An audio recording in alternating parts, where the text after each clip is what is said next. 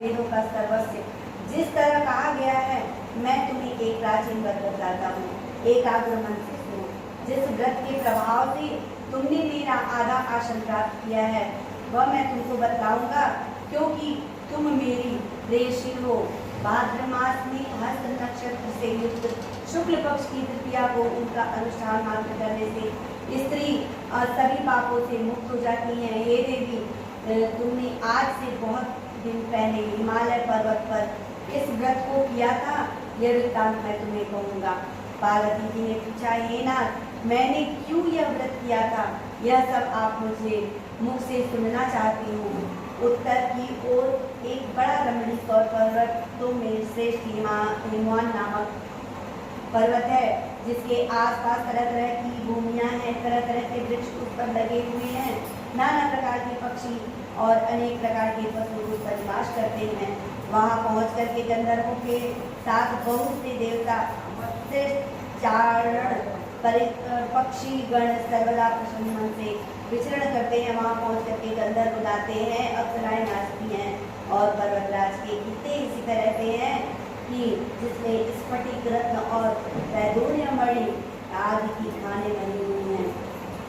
यह पर्वत ऊंचा तो इतना अधिक है कि मित्र के घर की तरह समझकर आकाश का स्पर्श किए रहता है। उसमें समस्त शिखर सदैव हिमवर्षों से आच्छादित रहते हैं और गंगा जल की बनी सदा सुनाई देती है। हे पार्वती, तुमने बाल्यकाल में उसी पर्वत पर तपस्या की थी। 12 वर्ष तक तुम उल्टी टंग करके केवल धुआं पी करके रही थी। 14 वर्षों तक सूखे पत्ते खा करके रही। माघ मास में तुम जल में बैठी रहती और वैशाख की दोपहर में पंचाग्नि तापती थी। श्रावण महीने में जल बरसता तो तुम भूखी प्यासी रह करके मैदान में बैठी रहती। तुम्हारे पिता इस तरह के कष्ट सहन को देखकर बड़े दुखी हुए। वे चिंता में पड़ गए कि मैं अपनी कन्या किसको दूं। उसी समय नारद जी वहाँ पर आ पहुँचे। मुनि श्रेष्ठ नारद जी उस समय तुम्हें देखने गए थे। नारद जी को देख करके गिरी ने अर्घ्य आसन आदि दे करके उनकी पूजा की थी और कहा था कि हे स्वामी, आप किसके लिए आए हो, मेरा अयोभाग्य है, आपका आवागमन मेरे लिए अच्छा है। नारद जी ने कहा कि हे पर्वतराज, सुनो, मैं भगवान विष्णु का भेजा हुआ आपके पास आया हूँ। आपको चाहिए कि यह योग्य कन्या रत्न किसी योग्य वर को दे दें। भगवान विष्णु के समान योग्य वर ब्रह्मा, इंद्र और शिव इनमें से कोई भी नहीं है, इसलिए मैं यही कहूँगा कि आप अपनी कन्या भगवान विष्णु को ही दे देंगे। हिमवान ने कहा, भगवान विष्णु स्वयं मेरी कन्या दे रहे हैं और आप यह संदेश लेकर के आए हैं, तो मैं उन्हें अपनी कन्या दूंगा। हिमवान की इतनी बात सुनकर के मुनिराज नारद आसन से पीताम्बर शक्ति चक्र और गदाधारी भगवान विष्णु के पास पहुँचे। वहाँ हाथ जोड़ करके नारद जी ने भगवान विष्णु से कहा, हे देव, सुनिए, मैंने आपका विवाह पक्का कर दिया है। उधर हिमवान ने पार्वती जी से के पास जाकर के कहा कि हे पुत्री, मैंने तुम्हें भगवान विष्णु को दे डाला है। तब पिता की बात सुन करके तुम बिना उत्तर दिए ही अपनी सखी के घर चली गई। वहीं जमीन पर पड़ करके तुम बड़ी दुखी होकर विलाप करने लगी। तुमको इस प्रकार विलाप करते हुए देख करके सखी बोली, तुम क्यों इतना दुखी हो, इसका कारण बतलाओ। तुम्हारी जो कुछ इच्छा होगी मैं यथाशक्ति उसको पूरा करने की चेष्टा करूंगी, इसमें कोई संशय नहीं है। पार्वती जी बोली, मेरे तो कुछ अभिलाषा है, उसे तुम प्रेम पूर्वक सुनो। मैं एकमात्र शिव जी को अपना पति बनाना चाहती हूँ, इसमें कुछ भी संशय नहीं है। मेरे इस विचार को पिताजी ने ठुकरा दिया है, इससे मैं अपने शरीर को त्याग दूंगी। पार्वती की इस बात को सुन करके सखियों ने कहा कि शरीर का त्याग न करो, चलो किसी ऐसे वन में चले जहाँ पिता को पता ही न लगे। ऐसी सलाह करके तुम वैसे वन में जा पहुँची। उधर तुम्हारे पिता घर घर तुम्हें खोजने लगे। दूतों द्वारा भी खबर लेने लगे कि कौन देवता या किन्नर मेरी पुत्री को हर ले गया है। उन्होंने मन ही मन कहा कि हे नारद, कि नारद जी के आगे प्रतिज्ञा कर चुका हूँ कि मैं अपनी पुत्री भगवान विष्णु को दूंगा। ऐसा सोचते सोचते हिमवान मूर्छित हो गए। गिरिराज को मूर्छित देखकर सभी लोग हाहाकार करते दौड़ पड़े। जब होश हुआ तो सबने पूछा कि गिरिराज आप अपनी मूर्छा का कारण बताइए। हिमवान ने कहा आप लोग मेरे कारण दुख का कारण सुने, न मालूम कौन मेरी कन्या को हर ले गया। ऐसा नहीं हुआ तो उसे किसी काले सांप ने काट लिया या सिंह खा गया होगा। हाय हाय मेरी बेटी कहाँ गई, किस दुष्ट ने मेरी पुत्री को मार डाला। ऐसा कह के वे वायु के झोंके से कांपता हुआ वृक्ष के सामान कांपने लगे। इसके बाद हिमवान तुम्हें वन वन खोजने लगे। वह वन भी सिंह भालू हिंसक जंतुओं से बड़ा भयानक हो रहा था। तुम भी अपनी शाहियों के साथ उस भयानक वन में चलती चलती एक ऐसी जगह जा पहुंची जहाँ एक नदी बह रही थी। उसके रमणीय तट पर एक बड़ा ही कंदरा थी। तुमने उसी कंदरा में आश्रम बना लिया और मेरी एक बालुकाए मई प्रतिमा बना करके अपनी सखियों के साथ निराहार रह करके आराधना करने लगी। जब भाद्र पक्ष शुक्ल पक्ष के हस्ती तृतीया तिथि प्राप्त हुई तब तुमने मेरा विधिवत पूजन किया और रात भर जाग करके गीत बारी से मुझे प्रसन्न करने में बिताया। उस व्रतराज के प्रभाव से मेरा आसन डगमगा उठा, जिससे मैं तत्काल उस स्थान पर जा पहुंचा जहाँ पर तुम अपनी शक्तियों के साथ रहते।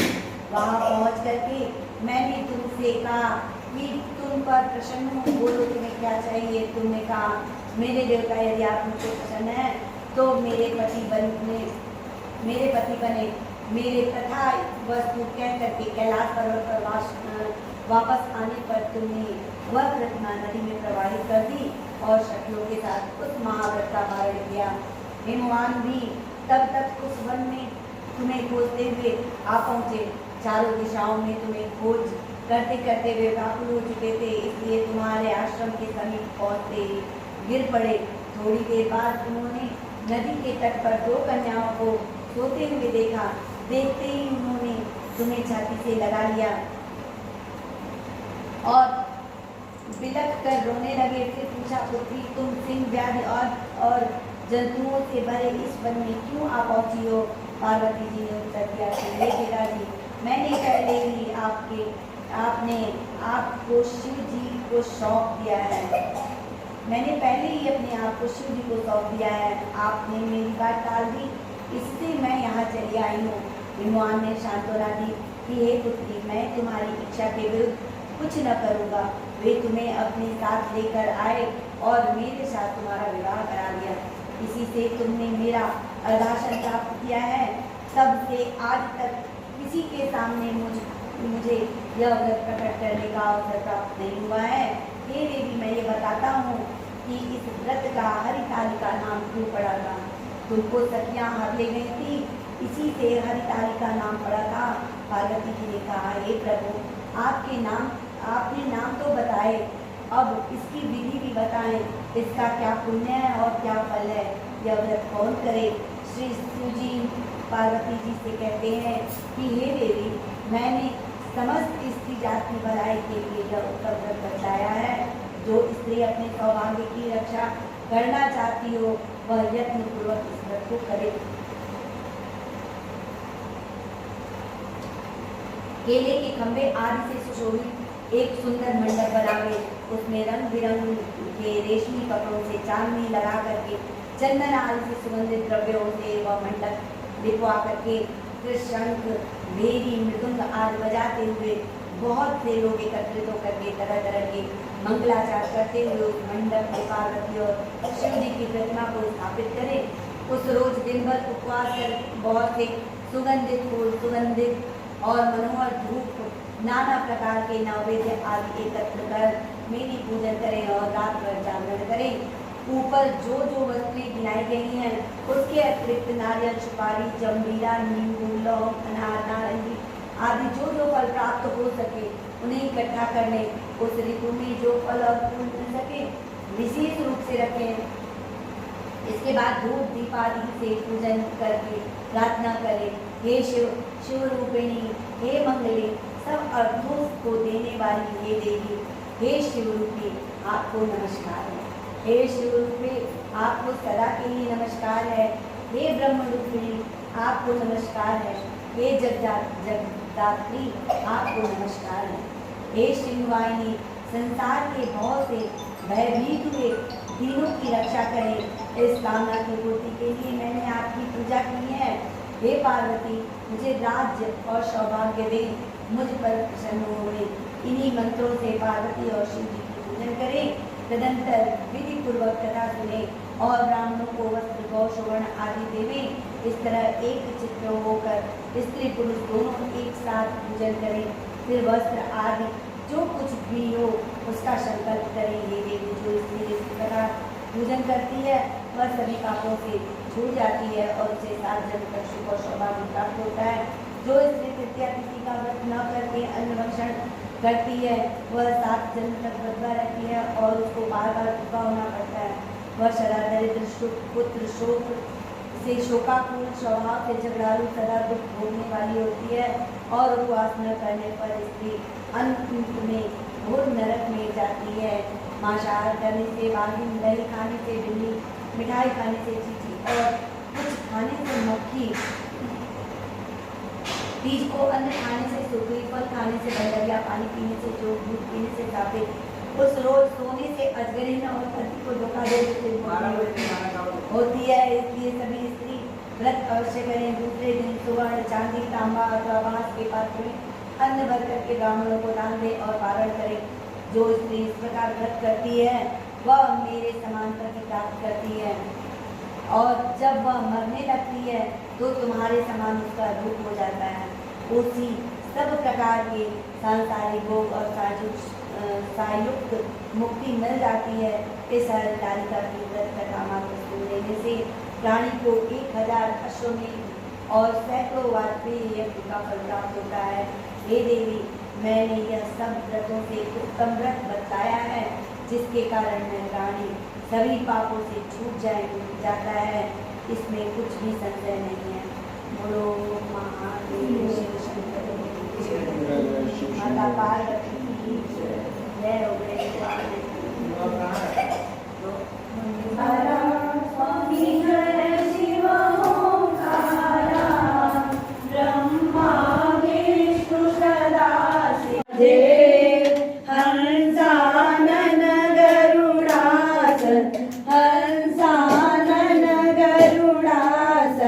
वृषभान साजे ओम महादेव। दो भुज चार चतुर भुज 10 भुज त्रिशूले ओ स्वामी 10 भुज त्रिशूले। तीन रूप निरखता, तीन रूप निरखता त्रिभुवन जन मोरे ओम महादेव। अचमाला वनमाला मुंडमाला धारी ओ मैं मुंडमाला धारी। अंतारी कंतारी अंतारी कंतारी करमाला धारी ओम हरा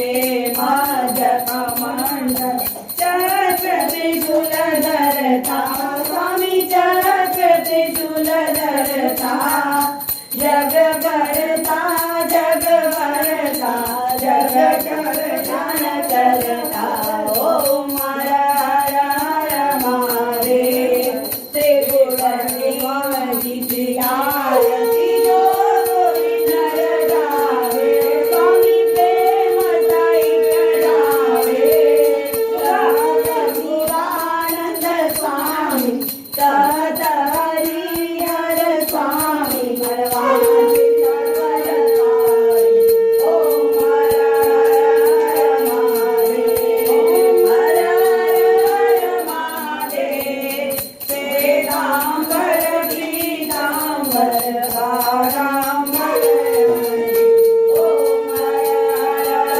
महादेव हस्ते सुधा सुख सुंदर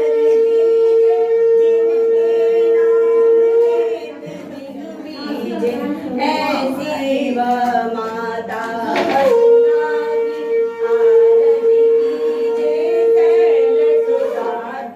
पाप विनाशिनी कलिमलहारिणी दयामयी भवसागर तारिणी सहस्रधारिणी शैलविहारिणी बुद्धिराशि गणपत मातु भवानी गौरव गान करी जग प्राणी शिव के दर्शन की रानी करे आरती निर्जुल की आरती की जय शैल सुता की जगदम्बा की आरती की जय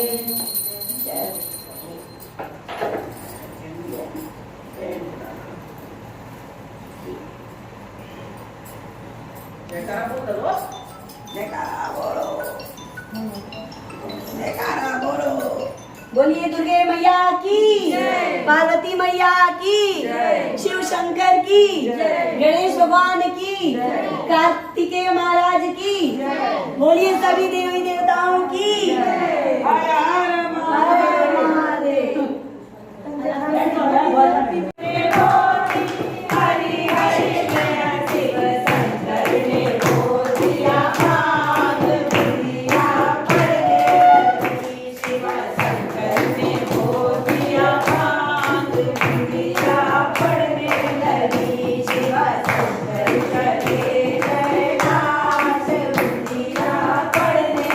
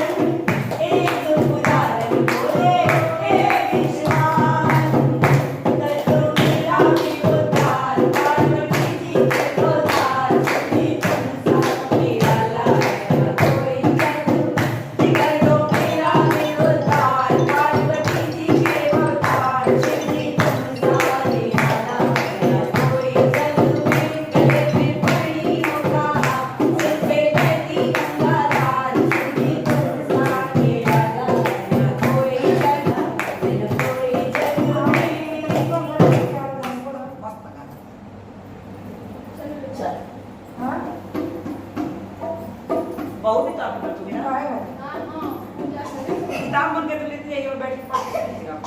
दे दे किताब।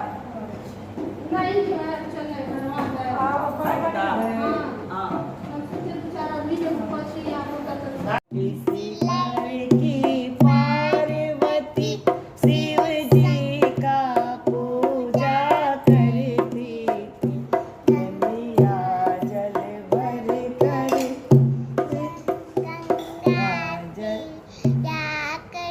हाँ गंगा